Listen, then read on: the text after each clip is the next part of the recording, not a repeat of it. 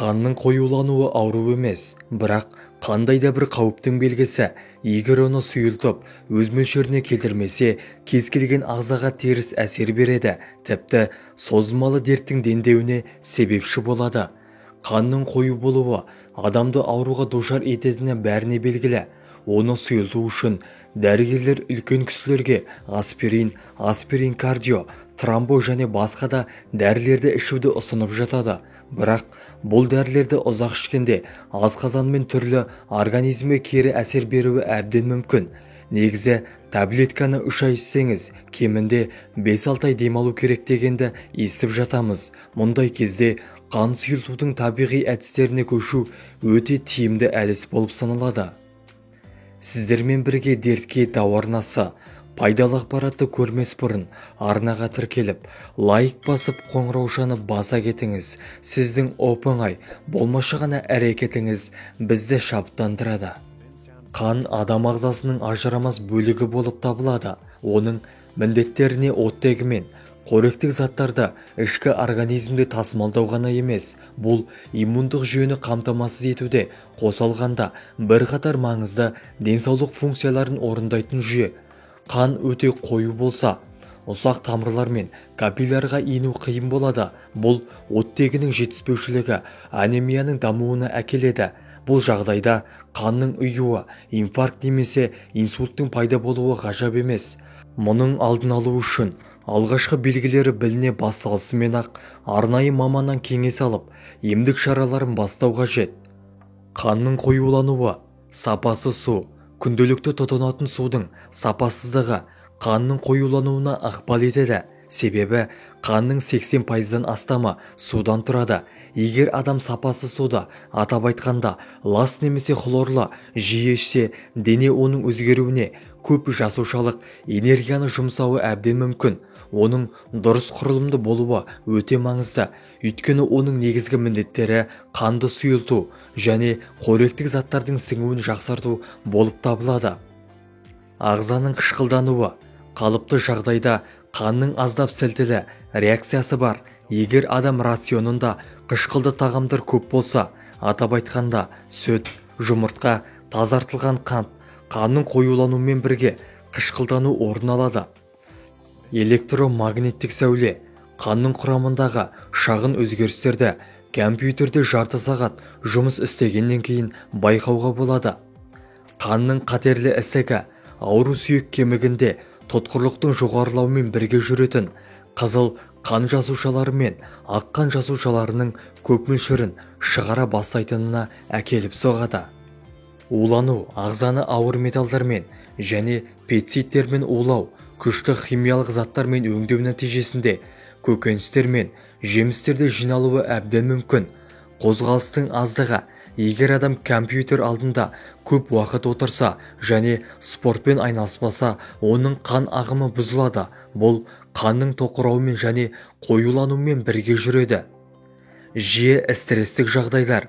Стресс гормондары қан тамырларын тарылтып, қан айналымын айтарлықтай бәсеңдететіні дәлелденді.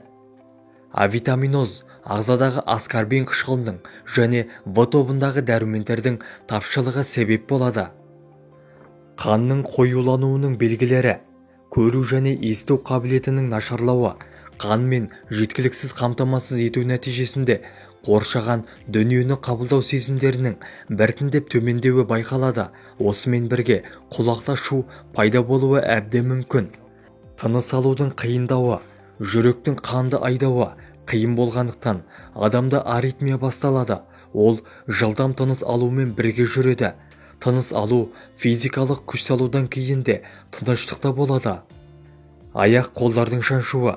Әдетті шаншу аяқ қолдардың ұю сезімімен бірге жүреді. Бұл қанның капиллярға жақсы тамбағаннан болады. Осы кезде теріде көкшіл түске айналғанын байқайсыз. Ұйқының қанбауы. Миға оттегі қажетті мөлшерде жетпегендіктен адам жиі есінейді, әрі үнемі шаршап жүреді. Күндізгі уақытта адам тез шаршайды, әрі көзінің асты көгерген сияқты болып тұрады. мазасыздану, алаңдаушылық сезімнің туындауы, жаны жай таппай үнемі алаңдап отырады. Бұлшықеттің ауруы, қызуыңыз көтеріліп, сай-сүйегіңіз сырқырап жатқандай сезімде боласыз. Ұйықтап жатып та демалғандай күй кешесіз. Ауру әсіресе бастың артқы жағынан береді. Баяу қан кету. Қолыңызды теріңізді абайсызда кесіп алсаңыз, қан өте баяу ағады. Одан бөлек қанның түсі ашық емес, керісінше қою қызыл болады. Бас ауру. Қанның қоюланған адамның басы жиі ауырады. Оны дәрімен де тынығумен де емдей алмайсыз. Аурудың алдын алу және емдеу жолдары. Өсімдік қоспаларынан әзірленген тұнбалар қан сұйылтуда жақсы нәтиже береді. Қанды сұйылтуға жақсы көмектесетін екі түрлі шөп бар. Ол балнәрлі хош иісті өсімдік, яғни түйежоңышқа, донник және ақталдың қабығы. Екеуі де біздің елде бар шөптер. Дәріханадан алып, қолдану тәсілі бойынша дайындап ішу керек. Бұл дәрілік шөптерді 3 апта ішсе жеткілікті. 4 айдан кейін ғана қайталау керек. Күзгі ауруларға таптырмайтын ем саналатын мүкжидектен клюква, компот қайнатып, соны жиырып ішіп жүрсеңіз, ағзаға күш-қуат сыйлап, иммундық жүйеңізді көтересіз. Қанды қоюланудан сақтайсыз. Оның тұмаудың алдын алуда көмегі өте зор. Бұл сусын бауыр мен асқазан және ішек ауруларын емдеу үшін аса пайдалы. Тағы бір қасиеті жөтелден құтылуға көмектеседі. Ол үшін 3 мезгіл мүкжидек шырынына бал қосып ішу керек.